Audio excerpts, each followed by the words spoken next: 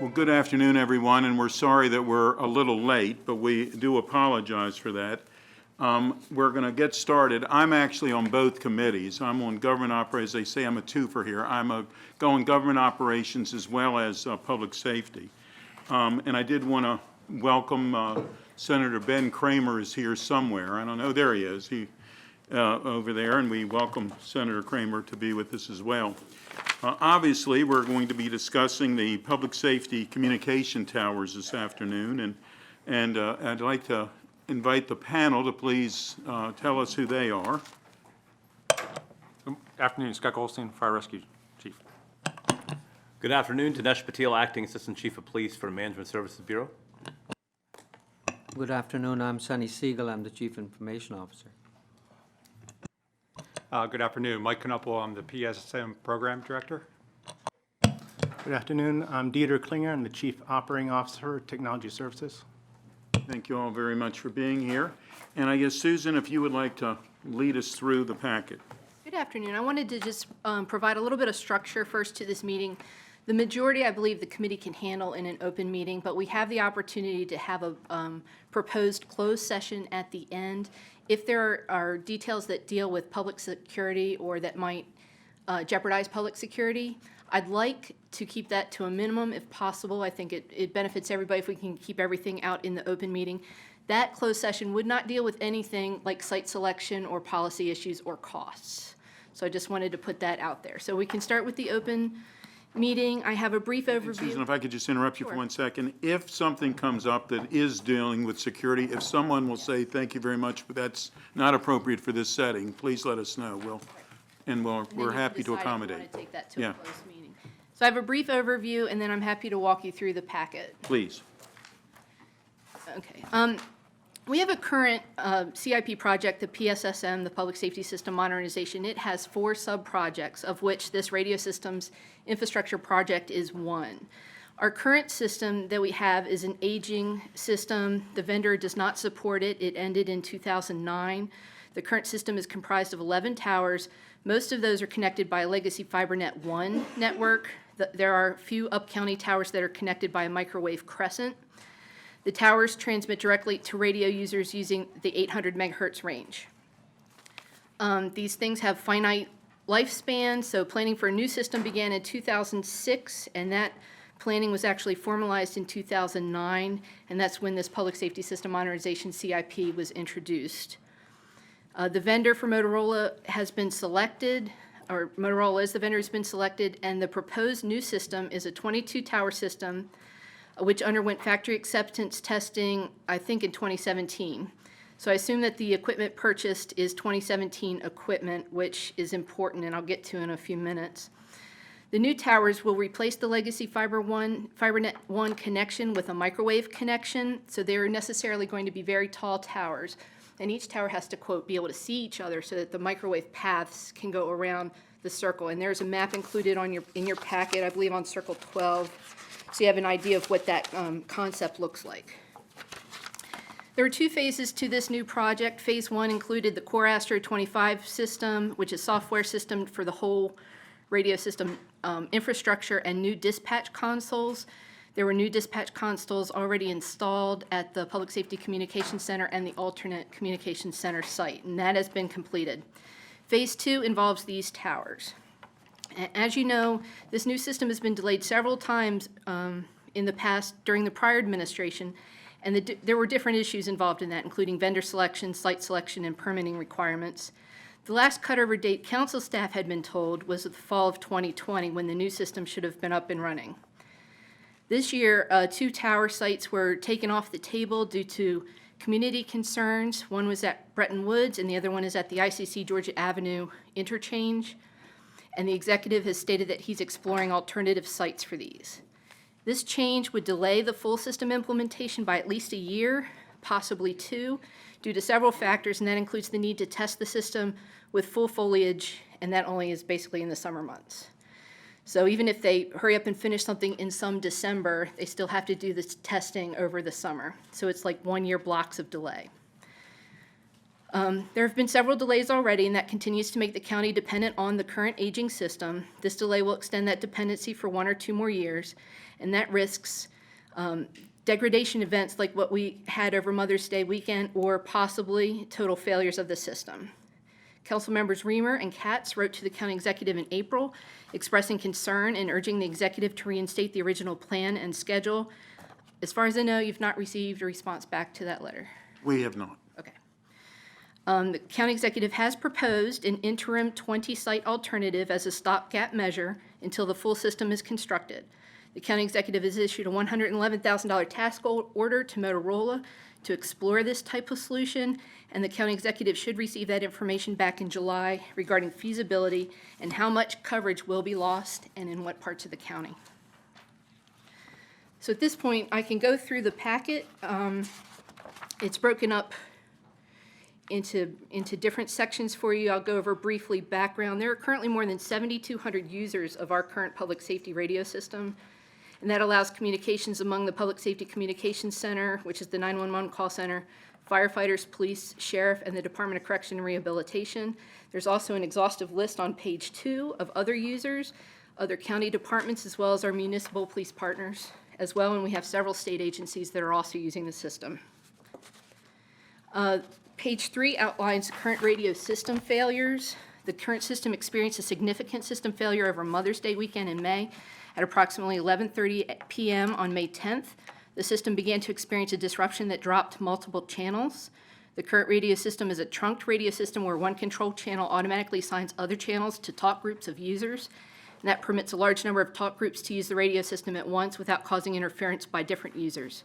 Typically, the county system has 16 channels available for these talk groups, and this disruption caused the number of available channels to fall to 3 or 4 at a time. I believe the average available at any time was 8.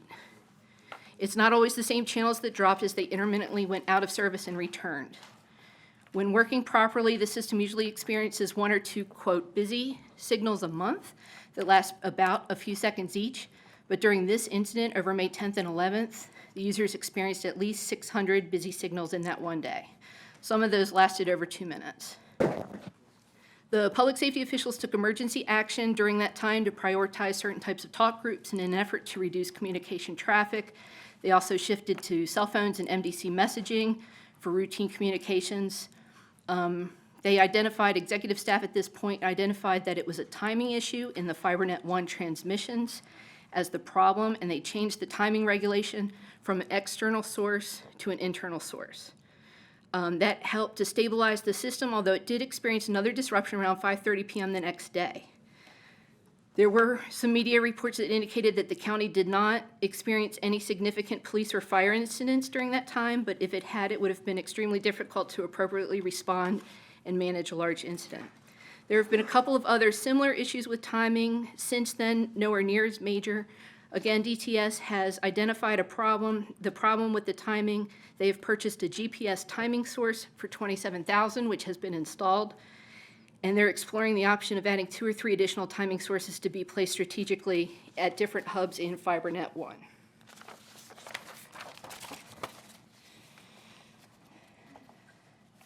I've already explained the capital project. Because the system is failing at times or has potential of a worse failure, and because it's unsupported by the vendor, the need to cut over to the new system becomes more critical. So we have had some recent changes to the projected completion date. As I stated before, it was originally due to be done the fall of 2020. There are concerns in both the Olney community as well as the Bretton Woods community over the towers, and the county executive agreed to find alternate locations for these. No alternate site has been pinned down and approved. They do have a couple that they're working on. For the site 7 for Olney, it's not the most ideal site. I believe it's a backfill area next to the ICC, has some swampy land. There's also some problems with it being adjacent to a nationally registered historical site. It would require the original 250-foot tower at the ICC Georgia Avenue interchange to possibly be as tall as 350 feet at a different location. And so they're exploring this now with the state, because this was originally supposed to be a state tower that the Montgomery County partnered with to use for their separate purposes. The state needed to use it for their Maryland First public safety radio system, which is very similar, but it's a statewide system that allows somebody in Hagerstown to be able to talk to somebody in Ocean City immediately. So taking this tower down also impacts the Maryland First system, and that will be delayed as well. The Bretton Woods site, there are 2 possible alternative locations. One, however, would have to be purchased and rezoned to be appropriate for a tower site location. The other is another place on Bretton Woods at the golf course, which apparently the owner has agreed to. I don't know at the time, and any costs would be associated with changing that. Council staff has several questions about the alternate 20 site solution. What additional costs may be involved, we'll know better in July, but we haven't been provided any costs for these system changes at all, so I don't know the scope. The original project here was about $46 million. They've expended it was about $49 million, and they've expended about 21. They have about $28 million left that they can expend.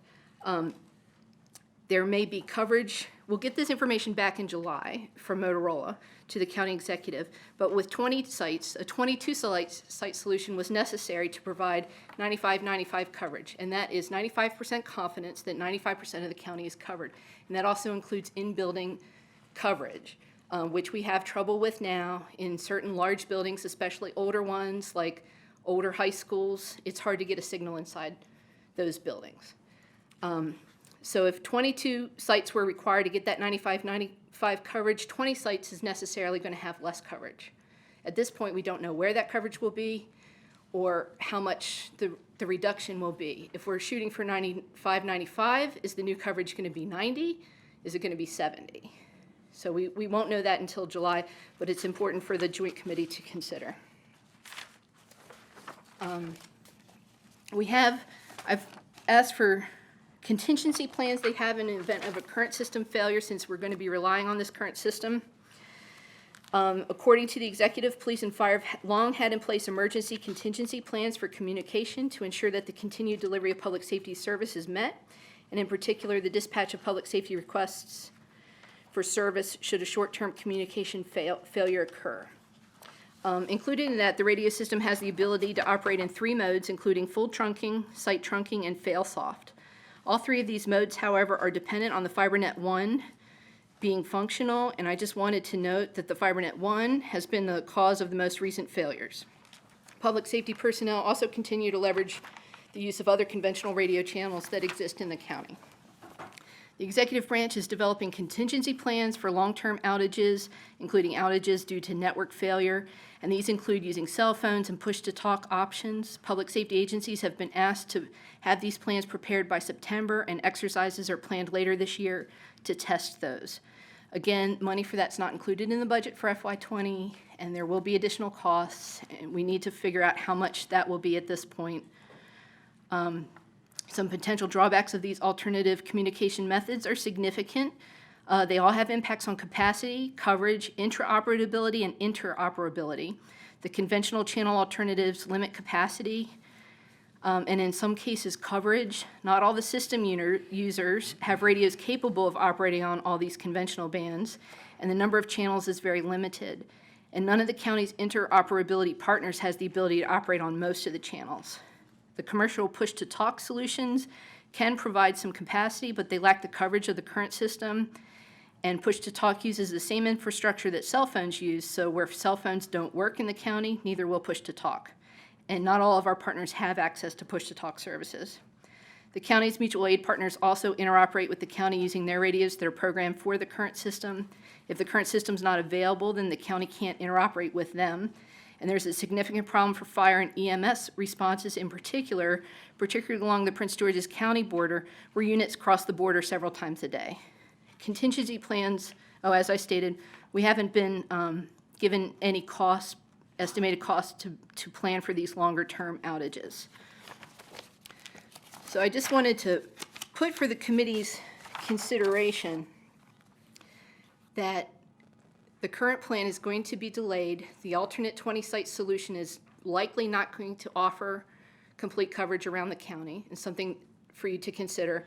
And also, we have no costs associated with this alternate plan or delaying the 22-site solution, and we don't have costs yet for contingency plans should the current system fail. So I think it's important if the committee agrees to hear from our public safety partners about how this is impacting them on daily operations. Okay, thank you very much. I am going to ask the chair and my boss on government operations if she has any comment before we go to the panel. Well, thank you so much for this packet. I think that not only was there an official letter sent to the executive requesting information, I know my office has been in constant communication asking for when are we going to receive some information regarding next steps, because this is a very critical issue. I do appreciate everybody that is here today to give us an update. And I guess just one quick question I had for you. Ms. Vrag, can you remind me, and when was it that the council approved the replacement system and that the funds were appropriated as part of the CIP? Well, the last time the Joint Committee considered it was in the winter, like February of 2018, as part of the regular CIP process. This actual project's been in the CIP since 2009, so it's been an ongoing process. Right. So, and funds are appropriated and approved for use. Right. So, so I just, wanted to point that out, because we have been discussing this for quite a while. Dr. Torres is here as well. I know Gio has also, jointly with Public Safety, has been, monitoring and paying very close attention to this overall very large project. And in fairness, I think, obviously, to the new administration, it is my understanding that decisions were kind of put off for quite a while. And now we're at this critical point. And so, it is what it is. I mean, this is a new administration now, has to take ownership of how we're going to move this forward. And I hope that after this particular session, that not only do we get in writing a response to the letter sent, but that we walk out of here with an action plan that will address this very critical issue. Thank you. Thank you. And if we could hear from anyone on the panel that would like to give some testimony? You want to start, Sonny, or? Yes, thank you for the opportunity. I'm Sonny Siegel. I'm the Chief Information Officer for Montgomery County Government. Ms. Farag has very well summarized the information we provided in the packet to the several questions.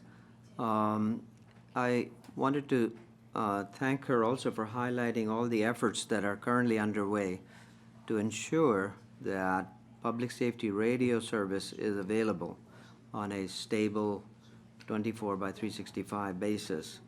The current system is vintage and legacy. However, the parts that have caused the instability are being addressed currently. There are many levels, and I don't want to go into a technical description of it, but this FiberNet-based current system does have some complexity in how the network operates. We have engaged the manufacturer of this legacy network. They are going to be under contract very soon to provide maintenance and support in case things happen. We are now designing an alternate and replacement network using contemporary and current technology, and it's going to be far more maintainable now, and we're going to make the transition in phases so we can prove the concept before we scale the solution.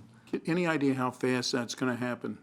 So we have a request for quotation with the current, with the new replacement network vendor, Sienna, and we should have that in hand very soon.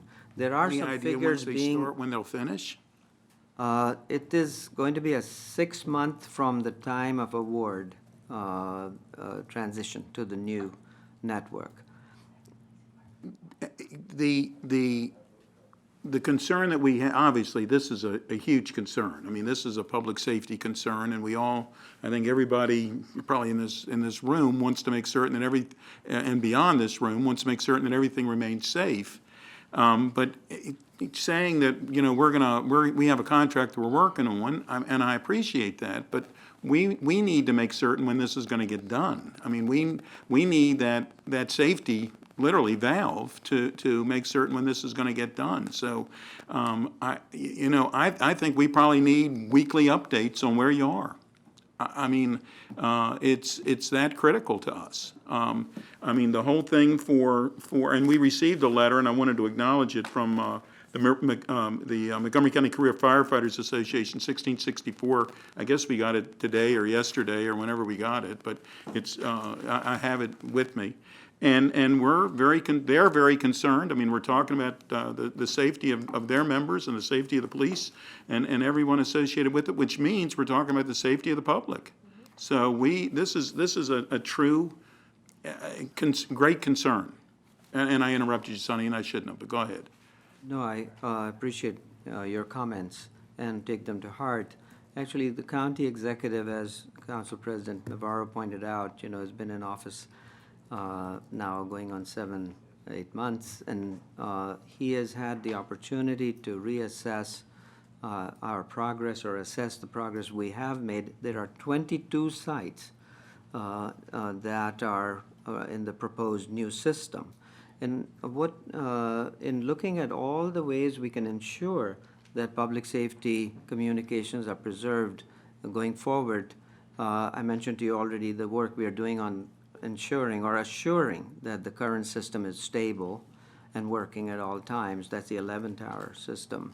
And now 20 of the sites, and I hate to draw the distinction, but I should generally say that not every site is a tower.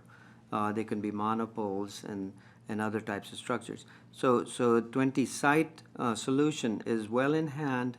We have definitive validation from Motorola and from independent review that we can deliver a 20-site solution, a radio system that has coverage in a vast portion of the county. We started out with a 95-95 coverage scenario and objective. In other words, 95% of the county will be covered 95% of the time. With the two locations that Ms. Farag mentioned, the one at Bretton Woods and the other one at along the ICC, those will be added as soon as possible, given that community involvement and concern is valid.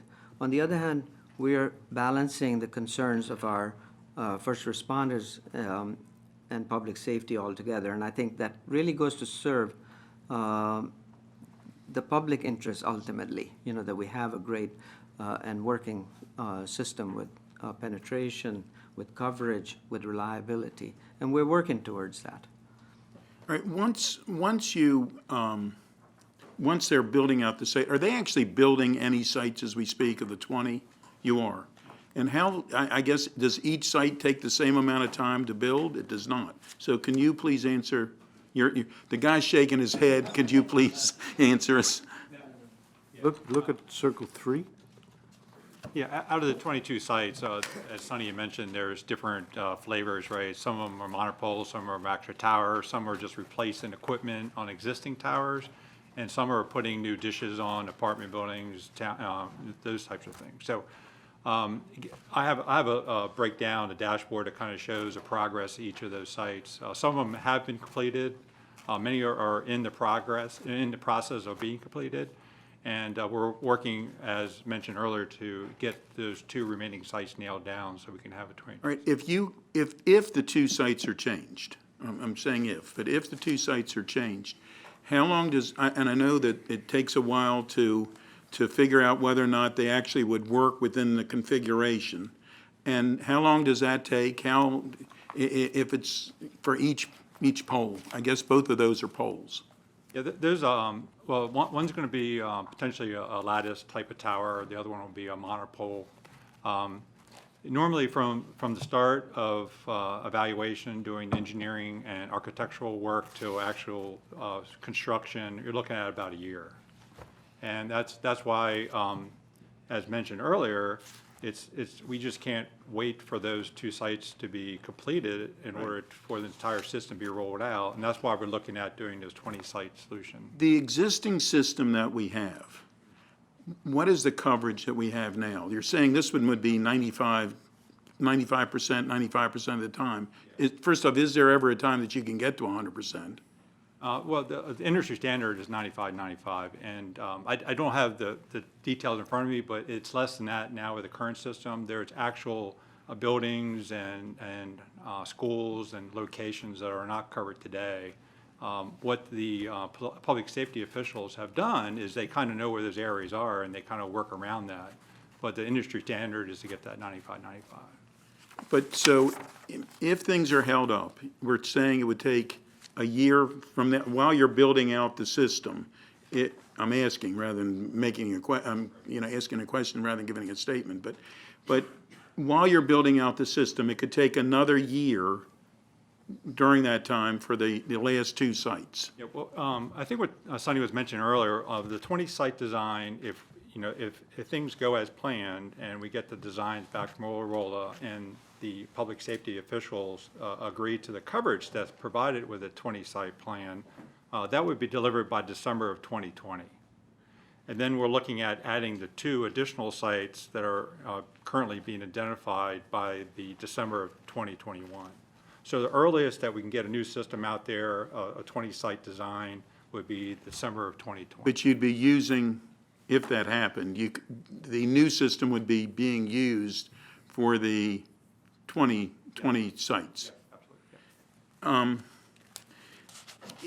And I don't know who knows these answers, and I interrupted the panel, so maybe somebody can answer this one as we go along. Sonny, had you finished? Yeah. Yes, sir, and I'm available, and so is the rest of the panel. We have other resource personnel in the audience today to answer your questions. Thank you, and I appreciate that. Does anybody else on the panel have any statements before we start asking some questions? Other questions? Okay. So for the existing system, with the one that has had the failure, and we put new parts and we figured out, perhaps, hopefully, what went wrong, is there any guarantee, I mean, that system is going to work until the other system kicks in?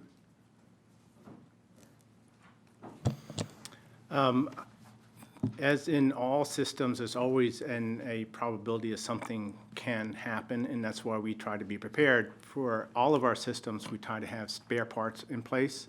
We have contractors or resources available if something happens. So we try to be as prepared as can be. That being said, it is an aging system, so the probabilities do increase as equipment ages that there may be issues. But as Sonny also mentioned, we are right now working on one, directly working on those timing resources, and we've already installed one, and we're getting ready to install a second one for redundancy. So again, if one fails, the other one will take over. And we're looking at the feasibility of replacing the whole network, the backhaul network with a modern technology in a short time frame. Well, and maybe and you can, get some cobwebs out of my memory, but I believe when a system, it might have been this system that we were dealing with, that when the Montgomery County first had it, it was all sorts of problems with this one as well, the system that we're now, it was a new system at that point.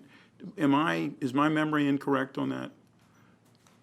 I'm going to have to defer to somebody that was working on that then. No, I was in that time frame. It was they called it a PS2000, and actually there was parts of the radio system that went live in 2001. The rest of the system, along with the CAD, went live in 2003 in the summer time frame. I think, and the public safety folks can correct me if I'm wrong, but the majority of the issues at the time was with the CAD system. But my memory serves me that the radio system at the time was very stable. Well, and maybe I'm just saying that it didn't work. I don't know, the weeds of why it didn't work. But and that's my next question is, how do we know that this new system is going to work? Well, what we've done is that, as Susan had mentioned, we actually did a factory acceptance test back in the summer of 2017. And what that entails is basically it's a huge warehouse. And what they do is they set up each of the sites in this giant warehouse. And the project team goes out, and there's a whole set of tests that they go through. And they go out, they pull a wire here, see how it interacts, how it recovers. So the system itself has been tested in that environment in this giant warehouse. And then what they do at the end of that, they make some tweaks, make sure everything works correctly. They box it up, and then those particular pieces of equipment are sent to the very site for installation. So since 2017, since it's actually been completed, that equipment right now is sitting in a warehouse, environmentally controlled warehouse, waiting to be installed. So we know that the system worked in this factory acceptance test. There'll be other testing that definitely will occur before it actually goes to a live system. And you know that the CAD system or whatever failed the last time will work with this one? Well, yeah, the CAD was a whole different type of CAD system. Okay. This time the CAD system is actually provided by the same vendor, so there is a good synergy there. They interoperate. And the radios that we now have will work with the new system? Absolutely. And at the beginning, there was they said there was 4 major components of this program. There's actually 6, and part of that was replacement of the radios, also the replacement of the MDTs and the police vehicles and fire apparatuses. And part of the permitting requirement, and I guess, Susan, it goes to your on page 4, but part of the permitting requirements that take forever to get, I guess, is somewhat because of the FCC. Is it because of any other agency other than the FCC? If you look at Circle 2, there's a whole list of steps that need to go through in order to get approval for a very site, and some of it's FCC, some of it's FAA. It really depends on where the site's at. So it kind of goes through this sequence of steps. You know, we need to make sure it's not a significant site where there may be some archaeological items there. You need to make sure that the soil itself can sustain a base for the tower. And so it's a sequence of steps they go through. Okay. And I'm asking, but is there no way that can be sped up at all? I mean, can we call the FCC and tell them, come and give us a break? I have a project manager that stays on top of that 100% of her time, and she pushes that through as quickly as possible. But we are sometimes caught up, you know, like when they had to shut down the federal government, we kind of lost some time there and things like that. So we do push that through as quick as possible. If I may add, that the county controllable permitting Right. and approvals are expedited and are being at the very shortest time frame possible. But these others, as you can see on Circle 2, are actually state and federal. Many of them are. Yeah, to Sonny's point, we actually work with permitting services. They have one person assigned to us, so as a packet comes in, that person works on that packet right away. We also have somebody assigned at Park and Planning, so as it goes to Park and Planning for their approval process, there's somebody who's kind of focused on that particular. Well, and that was my hope or my statement, that we're not holding it up. It's the federal government that would be holding it up. Councilmember Reamer, who's a visitor to our group, had his light on. Please. Thank you, Chairman Katz. I appreciate your working with me to send the letter that we sent back in early April, to which we have not yet received a reply. I appreciate your agreeing to have this meeting today so we can interact with the executive branch. And Susan, I really want to thank you for your immediate response on this issue and your investigation. I think your summary at the beginning of this meeting was very thorough, shows how fully you have delved into this and presented the issues. I think what's happening is totally unacceptable, and it is absolutely outrageous. And I think we need a sense of urgency. And I think that the officials at the table here, I don't think privately a single one of you would have recommended the course that we're on. I think you're at the table, but I think the direction here is coming from the top, and it is political. And we know what is going on, which is that communities around the final 2 sites are upset about these poles, these towers, and they don't want the tower nearby. And unfortunately, the county executive told them that we wouldn't move forward with those 2 towers before even doing an analysis of what would be the implications of removing those 2 towers from consideration. And we don't know that a 20-tower site is going to provide 95-95. Okay, what is 95-95? 95-95 means that you are 95% confident that your system covers 95% of the county. Isn't that right? Mike, what is the 95-95? 95-95 is actually, it won't be for the 20-site solution, it won't be 95. Right. It would be something less than But that. what is 95-95? That's a good question. It kind of slipped my memory here. Oh, Jerry? 95% coverage. Can you come up and be on one of the mics, or you can sit over there, there's, All I've been saying. you might not, but somebody sitting in Silver Spring might not be able to hear you. Thank you. Jerry Adcock, I'm the radio system manager, and I'm also the project manager for the radio system installation. The 95% coverage is what we're talking about, is an in-building coverage. It has to be in 95% of the county, which we break up into grids in order to do testing. so the system has to function in 95% of the county inside the buildings. There's another component to it, it's called a DAQ 3.4, delivered audio quality. In other words, being able to hear what's being said on the radio in that 95% coverage. So let's talk about what that means. So you're a police officer, you're in a building, and you need to call for backup. Correct. You want your radio to work. You Absolutely. don't want to get a busy signal when you go on the radio to call for backup. That's why we need the confidence level, so that the officer can feel confident going anywhere, knowing that they can get on the radio and call for backup. And if the system doesn't work, they can't call for backup. There's no one on the other end of the line.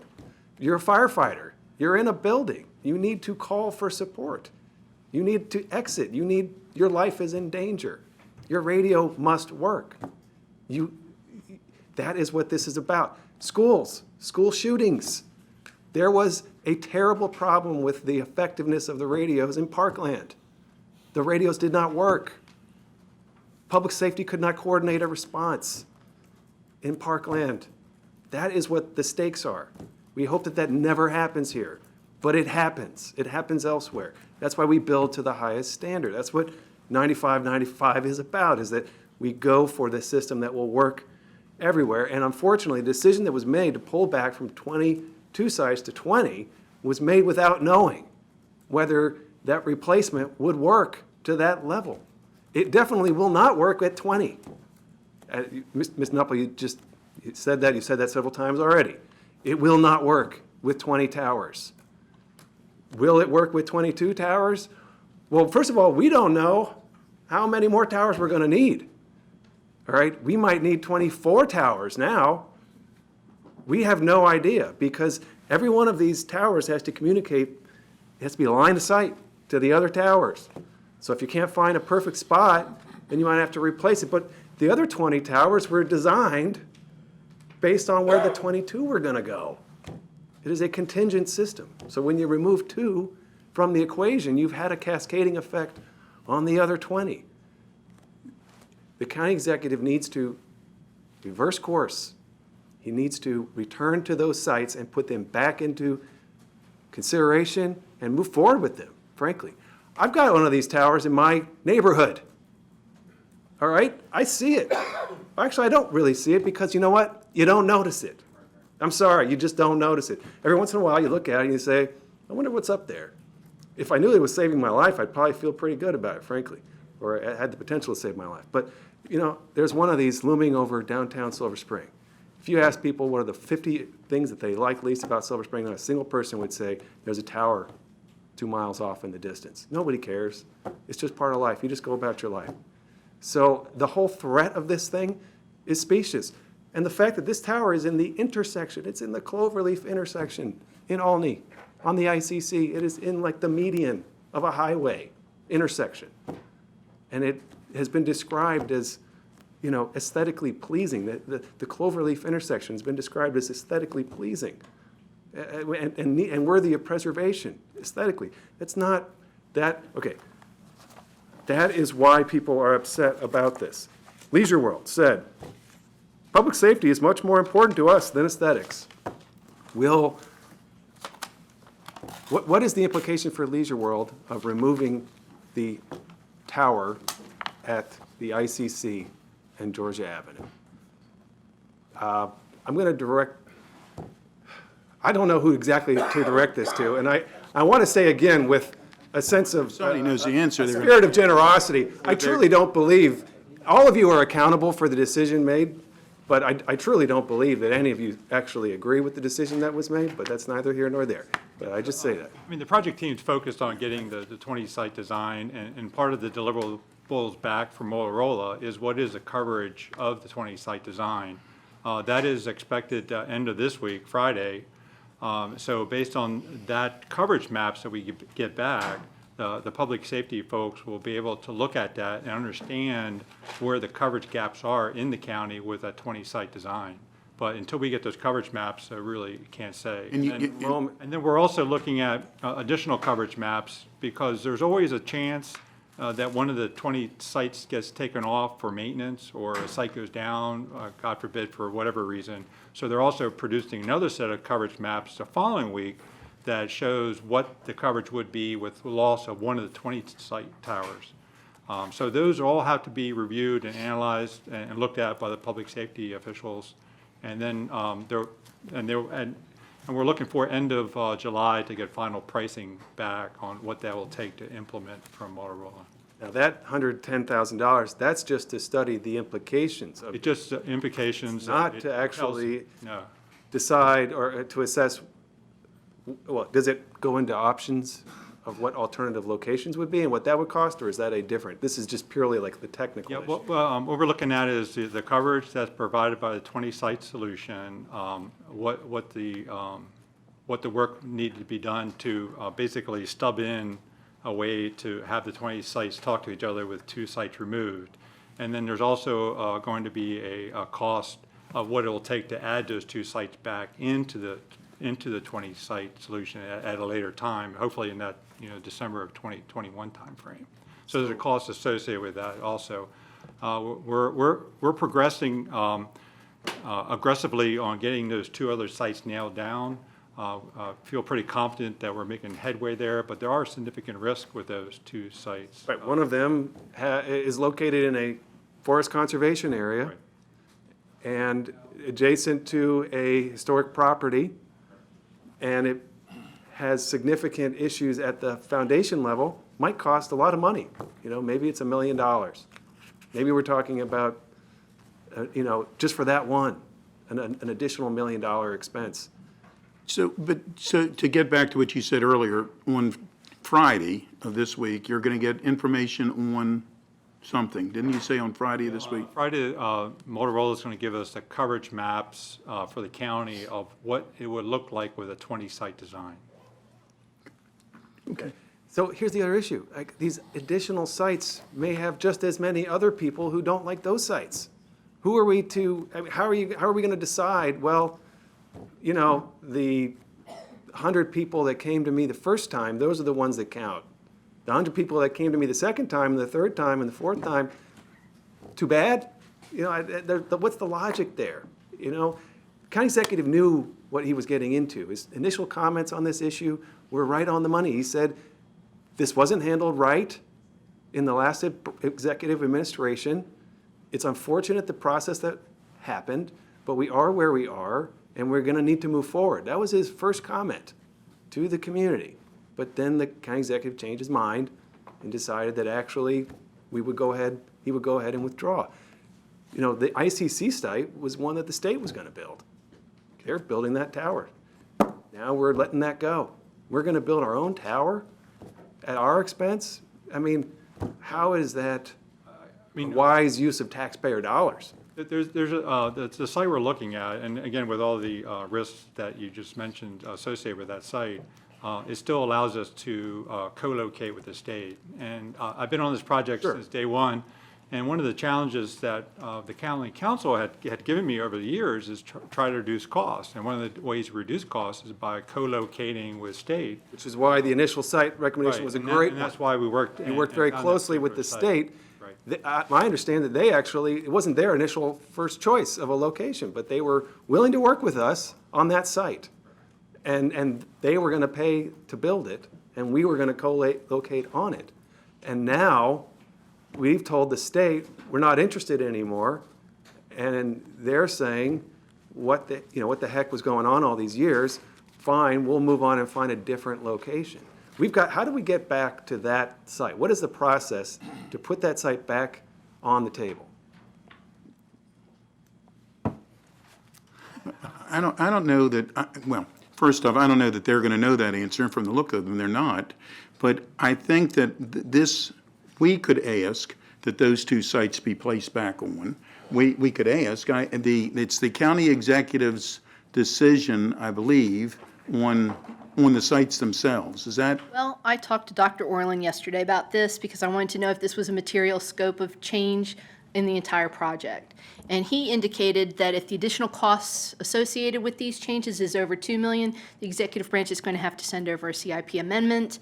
And at that time, you can add any language you want to the PDF to require whatever sites you want. If there are additional costs that don't reach the level of $2 million, then the council can require an amendment to come across the street as well, and you can do the same thing. I don't think that's done often, but it is an option. But if there is no $2 million threshold, if the moving of this site were less than $2 million, it's his decision Well, you can without our approval? You can request an amendment. Because we've already approved the money sometime, yeah. If there are additional costs, you can request that or require that there be an amendment sent across the street Okay, for the council to vote Does on. that count for the $110,000? no. I doubt it. That's too $2 small. million is the threshold. That's for a required amendment to the PDF, yes. And at some point, this was approved, I mean, as a budget Council item. has approved the money that's in there. It's fully appropriated. There's a balance of about 12 million according to the PDF. And not all of the money that's been identified for this RSIP project has been spent yet. I don't know how much of that has been promised, if it was like partial payment up front, and then later when the actual thing is delivered. I don't know that information. The executive branch would know. Hans, are we good? Again, we need to put the two towers back on the table. And the cost, I mean, we've heard $1 million that's a number I'm hearing for the alternative ICC. Whether it even works is a question. It's really unknown if it works. And then the other site, the Bretton Woods site, we're hearing we have to buy the property, which, how's that negotiation? Well, I guess we could condemn it, but we're gonna have to buy property. It's just, I think that we need to return to the plan. I can't vouch for the process that the county used. I'm not here to defend that. But I am here to say, the train has left the station. The 22 system was designed, and there's very little room for adjustment at this point. I can give you the current status on each of these, and we're working to try to get them finalized as quickly as possible. I meet on a regular basis each week, each Friday, with the state of Maryland and their representatives to get the Site 7, which is a Norbeck drainage pond location, through the process. Whatever we do at that site, it'll take a year to build it out, and we don't know exactly what the costs are going to be. The state of Maryland would have to pay those additional costs to put that site there. We identified that the MDTA owns a piece of property. I work with the first project manager. They're very interested in getting that system up and running because, as somebody mentioned earlier, they're waiting to get that tower up and going so they can finish their implementation of their first radio system. The Brentwoods, we have identified another location actually on the golf course near the manager's house that has a little bit of higher elevation. It looks like it's acceptable to the community. We're starting to investigate that particular area, but there are risks associated with that particular site. And again, it will be, even if we get approvals today, it will be a year before that site is finalized. So we're working on both these sites, trying to get them finalized as quickly as possible. Okay, Well, just one final thing. okay. The implication of not having, for example, Bretton Woods, well, I'm talking about them both, but having that extra delay, what is the implication of having additional delay for coverage in that area? Well, Well, when you don't have that 21st and that 22nd tower, it's basically a coverage. the coverage gap for that area.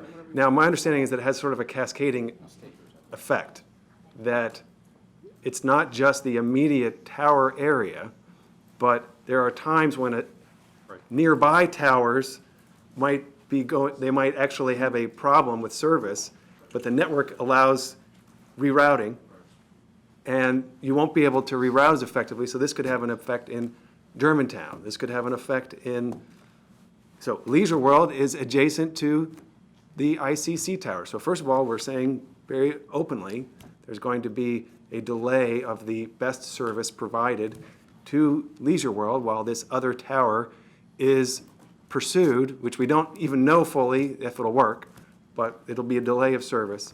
And that, I just, again, why is one community's aesthetic concerns more important than another community's public safety concerns? Okay. Thank you. Okay. I do know that Senator Kramer wanted to say a few words. Senator, I would welcome that opportunity. yeah, I knew you would, Senator. Yeah. Hello, council members. I Yeah. appreciate I think is your mic when they're. your courtesy and hospitality in providing me this opportunity. And for the record, Ben Kramer, and I'm here because I'm hoping to bring some thoughtful logic to this discussion. And I think having heard the pontification from Councilmember Reamer just a moment ago, I think it's critically important that we have that perspective. Let me share with you that I have been very actively involved with this issue since it slipped into public knowledge July of last year. Up until then, it had been double secret probation, this community that is impacted at the ICC in '97. Never heard a word about this project. It had been going on since 2009, actively at 2016, and at no time were these communities that would be directly affected by the construction of what at that time was proposed a 350-foot steel tower contiguous to their neighborhoods, not sitting out in the middle of a highway somewhere that, you know, the representations and the misinformation are astonishing. These are contiguous to neighborhoods and communities. They will also have a direct impact on the health and well-being of those communities. Now, when it became public knowledge that this tower was going to be constructed in this location in July of last year, the community members immediately reached out and said, wait a minute, please, work with us to find a location that serves the needs and the purposes of our first responders, and please understand, there is not one member of this communities, the numbers of communities impacted, and Ben Kramer, that are not 100% concerned about the best interest and welfare of our first responders. Any representation otherwise is an absolute insult. But there is no reason we cannot have the quality system, which is the goal, and be able to ensure the best interests of the residents of the county who will be paying for this system also have their interests met. And Councilmember Navarro was spot on when she said, look, this administration inherited this problem that we're in. She was spot on. And so now this administration is dealing with it. And let me tell you, in the 9 months following public knowledge that this was going to happen, and when the folks who were working on the project finally met with the communities, not one word had taken place about trying to engage the community. On March 5th, this community was told in front of 400 residents who showed up to say, what in the world are you all doing? We have never had the opportunity to participate, and the message at that meeting was, we are building this tower in this location, done and done. Now, to his credit, with the state, and let me tell you, I wrote down Councilmember Reamer's quote, "We told the state, we don't want this site." That is absolutely false. The state in conjunction with the county executive said, we screwed up. I was sitting at the meeting when the words were spoken, and they said, we screwed up. We've screwed up so badly on this that we will not be building the tower in this location. We'll work with the community now to find an alternative site. And it does such a disservice to the entire county to have this Chicken Little misinformation, the sky is falling, we're going to have chaos in the streets, and Leisure World is going to be left uncovered. Are you kidding me? How inflammatory is that? You opened your statement by saying this was going to be, the reason this is happening is because it's political. I would assert that the county executive took what was government function at its worst and showed the courage and the fortitude to say, I agree, this is government functioning at its worst, and I am going to stop it in its tracks, and we are going to do right by the citizens of this county and the citizens of these communities. And this is not about aesthetics.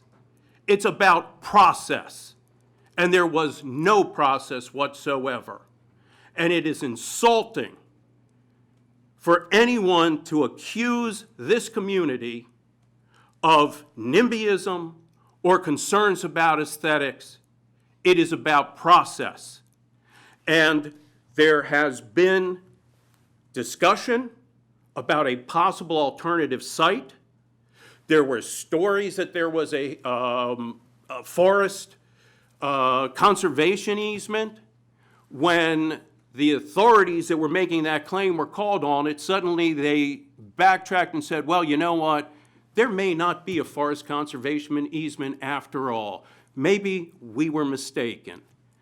So I am hoping that you all will be thoughtful and rational in working with the communities, working with our first responders, working with the people who are sitting at this table who now know what it is their focus is. Find a location that the community can support and that makes sense for the project. And that's what I would ask of you all today. Right now, if we get 20 towers online, we're way ahead of where we are today. We've got 11 towers failing right now. If we get 20 towers online temporarily and then fill in the missing tower, hopefully within a year, and I'll be honest with you, we're sitting here in June of 2019. This system isn't scheduled to go online until December of 2020. If we don't run around putting up roadblocks for the county executive and instead start all rowing in the same direction with the county executive, with the state of Maryland, who did commit to find another location, then maybe by the time the other 20 are ready to go online in December 2020, this other tower will be built. But if we're going to look to create confusion and misinformation, it could drag out for a year or two. So please, let's all work together with the same focus, the same intent, and with the understanding, let's get it done, but let's do it the right way with transparency, clarity, and truthfulness, and that's government functioning at its best. Mr. Chairman, thank you very much for that opportunity, and I would certainly welcome any questions if there are. Thank you, Senator Kramer. You seem to have an opinion about this. I noted that. Yeah. Thank you for that. So bottom line on this, and we can get back, but to to the other members of the council, to the committee as well. But the bottom line on this is we need to do this and as quickly as we possibly can. So Friday of this week, we're going to get some additional information, and that will tell us right now what the coverage is. Explain it one more time to me, please. A little dense here What we're today. getting this Friday is the coverage that will be provided by a 20-site solution, a 20-site implementation. And that'll tell us that, right, as the 20 sites that would be being built out as we speak. It'll tell you what confidence level or in the county, you know, where there's 95, potentially 95, where there's less than 95, 95. They'll be able to see that on a map and what the coverage areas are. What's absolutely critical, though, is the public safety folks will have to review that and see, you know, I don't know what they'll find, how big the holes were, you know, how much coverage gaps there will be, but it's going to be very important that they have a chance to review that and to. And then the following week, we're getting, The following week, well, one of the things that you have to take into account, even with 20 sites that are implemented, there's always a possibility you have to take one site off in order to do maintenance on it. Or there could be a potential that one of the sites fail. So what they're also going to provide the following Friday are coverage maps with a 19-site operation versus a 20-site. And again, that's just common practice that you do out in the field because they want to make sure if something does get taken offline, what is your coverage impact? And then we'll work with the public safety folks and they're working with us right now, you know, hand in hand to go through. good, and because we all want to do this, I know they want to do this as quickly as possible as well. And I know that Councilmember Friedson wants to make a comment, but in that additional information that you send, could you please send us, and maybe it's in here and I just missed it, but could you please send us the coverage that we have right now? Sure. I mean, so that I'm aware of what we're, compared to the 20 sites, what is it that we have now? And it could be different sites for coverage. Councilmember Friedson, please. Thank you, Chair Katz, for that. Glad we're having this discussion. I'm a little disappointed that we had to have this discussion and couldn't get a response in a more timely manner from the county executive with some of these bits of information. I appreciate the passion on both sides. I got to declare some ignorance here. I'm not as familiar with this topic as some of my colleagues are, and though I share the passion for the subject matter and making sure that we get this right, I hope that we can turn some of that passion into urgency, not just related to these two sites, but the whole system. I mean, there is no greater public interest than public safety, period, full stop. And the fact that we are talking about what sounds to me like a bubblegum and duct tape operation with our towers, regardless of these two sites, with the whole system, a 12 to 14-hour period, as I understand it, where we had 1,200 outages, it's just completely inadequate for any location, much less a place with a $6 billion budget and 1.1 million people. So we've got to get this right. We've got to figure it out. Clearly, this process has been broken. It is not just the blame of this current county executive. It is a long-standing problem. There was not sufficient public outreach. It is clear. But there hasn't been sufficient urgency either since the county executive, it seems, has gotten in, not least of which is when the council sends over a letter on this huge matter of public interest, the fact that, you know, it takes us hauling everybody in here to have a public hearing and we can't just get answers to simple questions, you know, it's not a good reflection for any of us, regardless of what your individual viewpoints are on this issue. I think it is just a poor reflection on our governance and our ability to work together to solve problems, and nothing as fundamental as the ability of a communication system to keep our residents safe and to make sure that our first responders can communicate. And you know, I can speak to communication with public responders. I mentioned it before. I'll mention it again. I am here because of first responders saving my life. I had 15 minutes, and it took about 15 minutes, and I had to be intubated, and that was because of Montgomery County first responders. And so the ability to be able to communicate, the ability to have a system that works, that functions, that's reliable.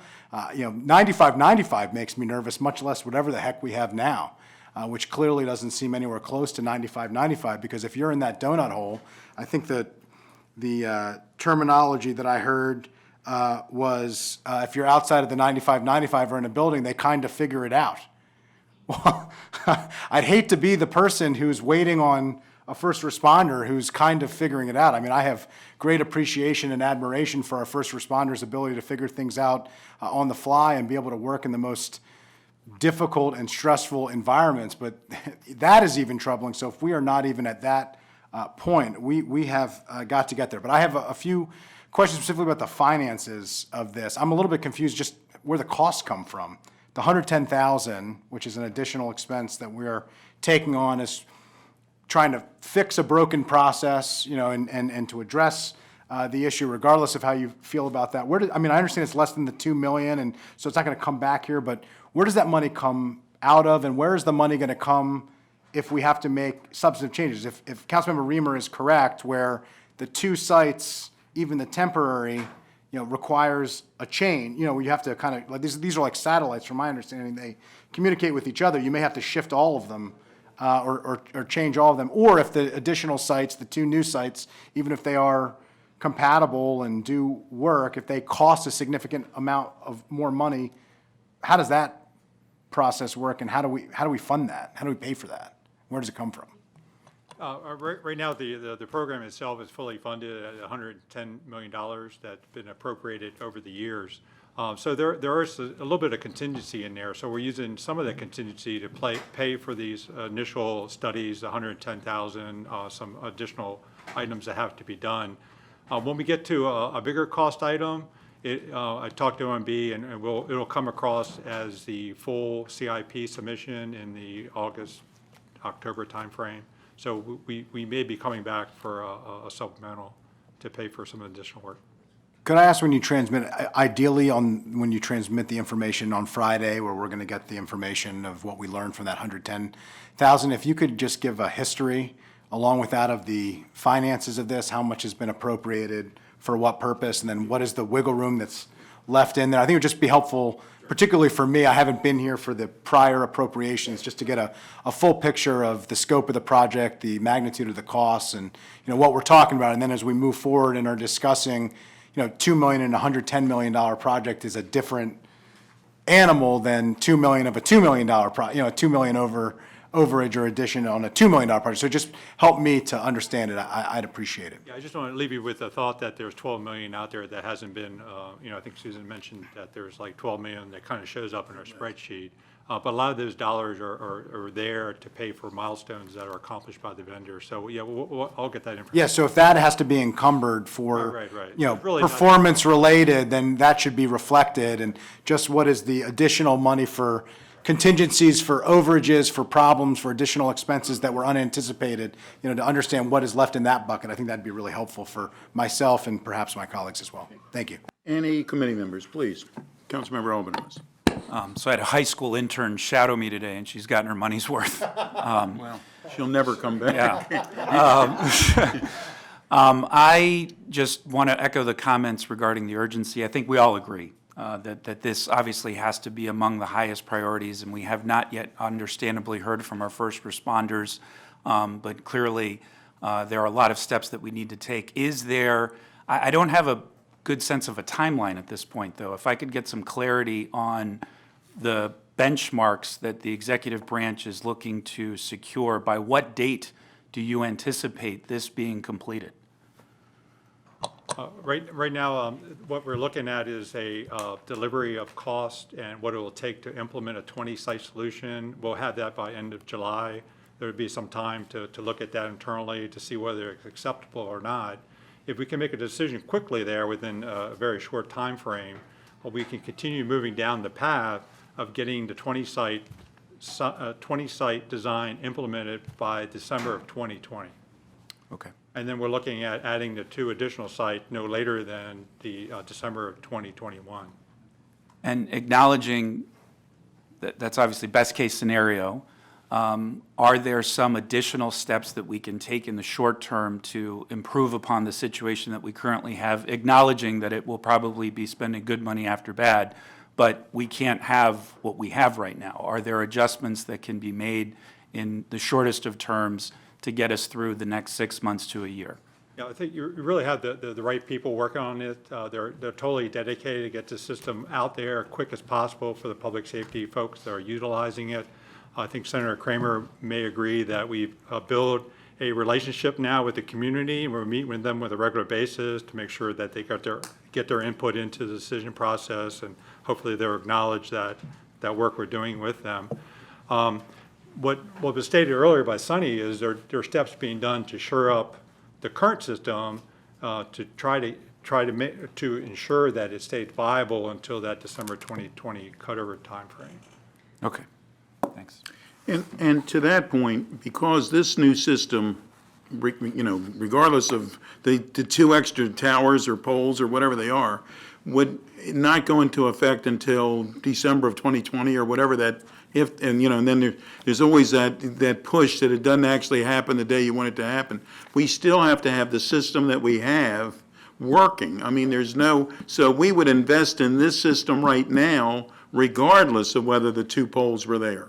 Yeah. Right, so there's work being done on the ATM network, like Sonny had mentioned. We're trying to shore that up by looking at newer technology to replace what's there.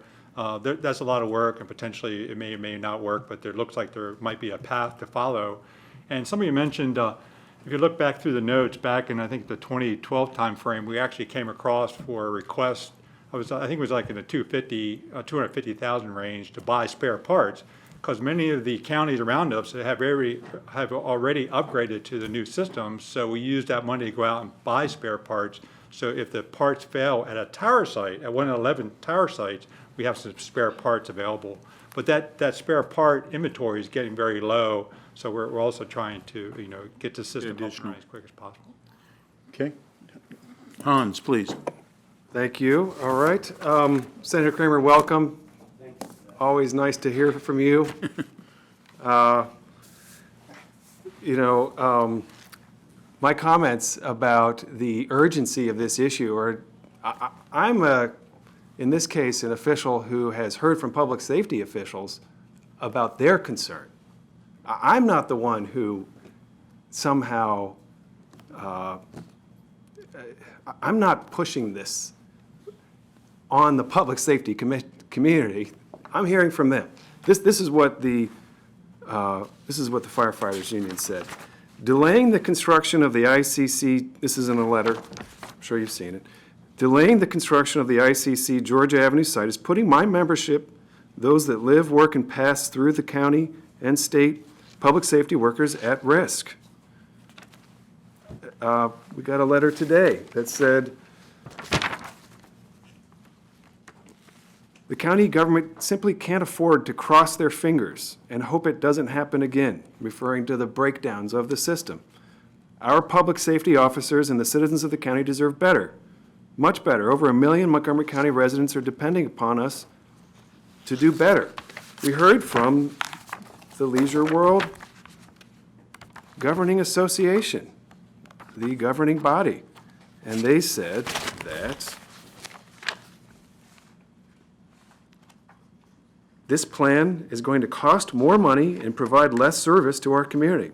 Public safety is much more important to us than aesthetics.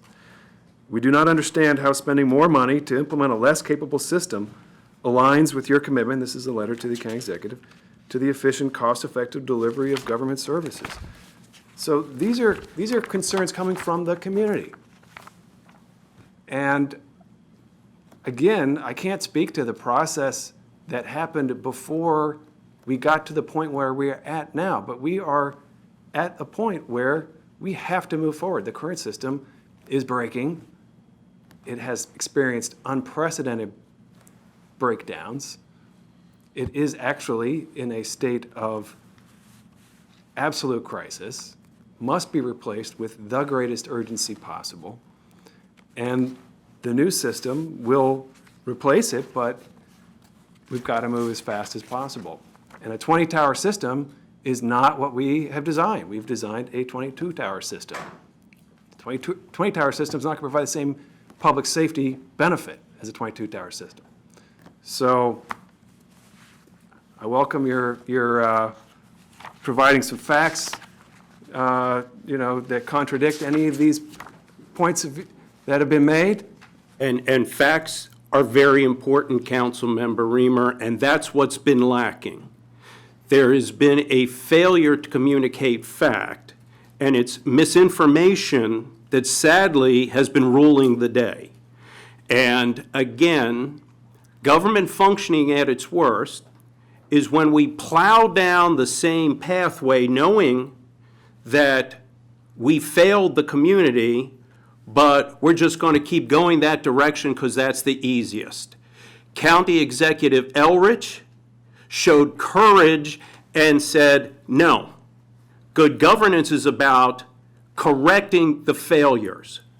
So, first of all, with regard to the failing system, council member, where were you while the system was collapsing and now is in the state that it is in? What I'm asking you to do is work with those of us at the state, the community, and the county to now address the problem and address it in a form and fashion that accomplishes all the goals and all the desires and works for the entire county and the residents of the county. You make reference to someone in Leisure World sent a response, and what was it a response to? What information was provided? The fact of the matter is, at best, we might have a system functioning at best by December of 2020. There's plenty of time to work on getting this new location, and my point is, rather than panic, rather than have misinformation, let's work cooperatively, let's all row in the same direction, and let's move forward now, knowing that there were failures in the process, and we're going to correct that and make it right. And I would welcome the opportunity to work with you, to sit down with you, to have a reasoned conversation, and that's my goal. I want to work with you and the rest of the council to get where we need to be. That's all I'm asking. Thank you very much. Okay. I think we need to withdraw the opposition to the tower at the ICC and the intercounty connector. I think we need to move forward with that location as fast as possible. Thank you. So we will know more this week on, go ahead. I'm sorry, I have a couple of questions that I think would Okay. help with your decision Sure, making. please. The first one is when we get the coverage maps back for the 20 towers and a 19 tower possibility, if they have to take one out of service for any particular reason, if those coverage maps are unacceptable to first responders, what's the executive's plan moving forward at that point? And what happens if these alternate sites that they're now investigating are also unacceptable? What's the executive's plan at that point? I think those are fair questions, and whoever answers that for the county exec and his staff, we would like that information as quickly as you can.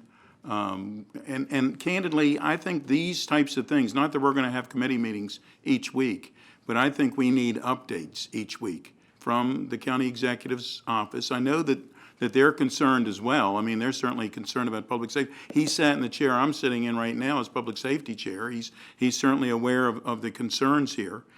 So I think we need updates on that type of information each week. If you could send it to Susan, she'll send it to the joint committee. Any other, Susan, any other, no? Any other statements from, yes, please. Dinesh Patil with the county police. I think I just want to, not that anybody doesn't know the urgency of what's going on, but there were some questions in the packet, about what are we doing? And I just kind of want to get out there a little bit without getting in too much detail about our contingency planning. I'm happy to discuss in great detail in a closed session, but from an operational security need, we are considering, potentially having to rely on other agencies' radio infrastructure that's not, designed to work necessarily in Montgomery County, but it may to some degree. We're looking at commercial solutions. We're looking at our operational deployment about how staffing and potentially using human relays on particular scenes of calls to be able to use certain of our radio technology to go into a building, but somebody kind of has to stay outside.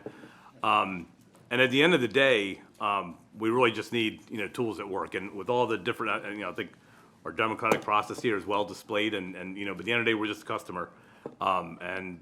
We need the tools that are gonna work. Our tools that we have, the radio system in particular, is relied on by the National Capital Region, not just Montgomery County police officers, firefighters, or municipal agencies. So there's a great deal of work going on, and we've been working with DTS and emergency management, the fire service, to work on those contingency plans that will have, I guess, some better information. We're finishing up some testing now, and hopefully soon we'll have some better information as far as, costs and what that may look like. But I guess just to maybe re-emphasize the point, I know everybody gets it, public safety is important, it's paramount, but this is, of all the tools we carry, this is the one we probably use most every single day, so.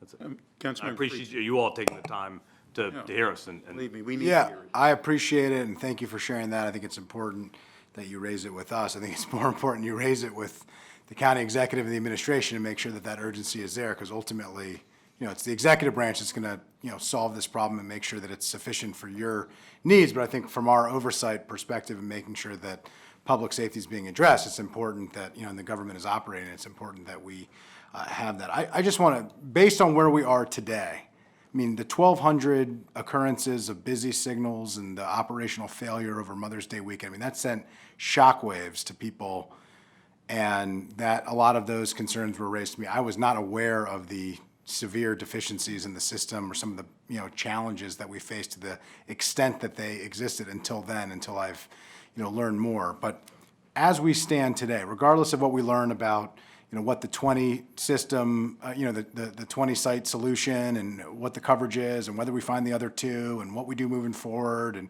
whether it can happen by 2020 or the end of 2021 or whatever the case may be.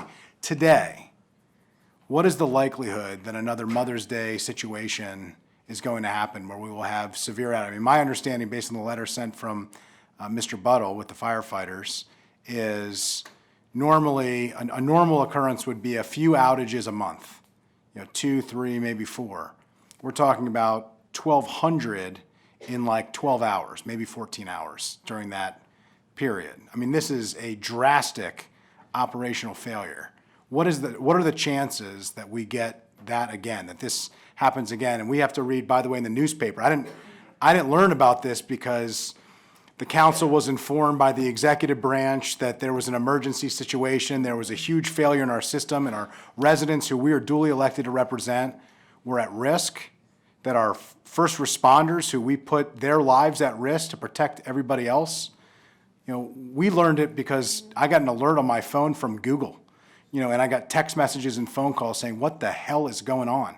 And how is this possible in a place like Montgomery County? So, one, how do we make sure that the communication when a problem happens is better so that we learn it? It's not just about not getting a response to a memo of this magnitude. It's about not learning in real time about serious issues that are happening, and it's not unique to this particular situation, by the way. It is a pervasive challenge of communication from the executive branch to the legislative branch of understanding what's happening and the most severe and most significant of public safety and public interest issues. But 2, what is the risk? What is what is the failure, close to total failure or total failure risk, like we saw on Mother's Day weekend, that we face today and will face moving forward until this system is completely resolved? Not putting the 2 sites aside for a moment. I mean, that's a whole different but related issue. What is the risk that we face? So I think I'll take a piece of it and I'll try to answer the question too the best that I can, is that you have the network issue that we had that we believe, had an impact on the Mother's Day weekend. You have an old radio system that we know needs to be replaced. You have the tower issue, and I'm just gonna leave that alone because it's been talked ad nauseum. From the police perspective, I can't tell you what component may or may not work the next day but I can tell you our posture in a planning standpoint is that we're planning that if there was a catastrophic failure, that we would go an extended period of time, days, weeks, or longer. We need to be ready for that. That's what we're working on right now. And I don't know if any of our colleagues can accurately predict, the probability of a failure. They're certainly working hard. You heard a lot about the ATM network, and I think they're working hard on that particular issue. We live in a balance with the old system in general, if something goes down, our part's going to be available. And as for executive communication, I mean, I think, again, I don't want to speak for the entire executive branch, but I think that message is heard loud and clear that you need to hear more about when things happen. Yeah, I think it'd be helpful too for us to understand it if it shouldn't be in a public setting because it speaks to specific capabilities, that's fine, and it could be transmitted. I think written is fine with me in a confidential manner if it, affects public safety to share it, but understanding, I mean, I understand you're coming up with contingency plans now, but my question is what happens tomorrow? If this happens, and again, if you can't share it, that's fine, but it would be helpful for us to know what is that, what is the disaster recovery plan essentially when, worst case scenario happens and, whether or not we think that is possible, within a certain percentage of, if it's 1/1,000,000th of 1%, but there's always a possibility, that's different, but, I think that would be helpful for me and, to know. So there's a couple of things that would happen just based on what happened like Mother's Day weekend and since. From the police department side, I want to speak for because we operate a little bit differently for sure.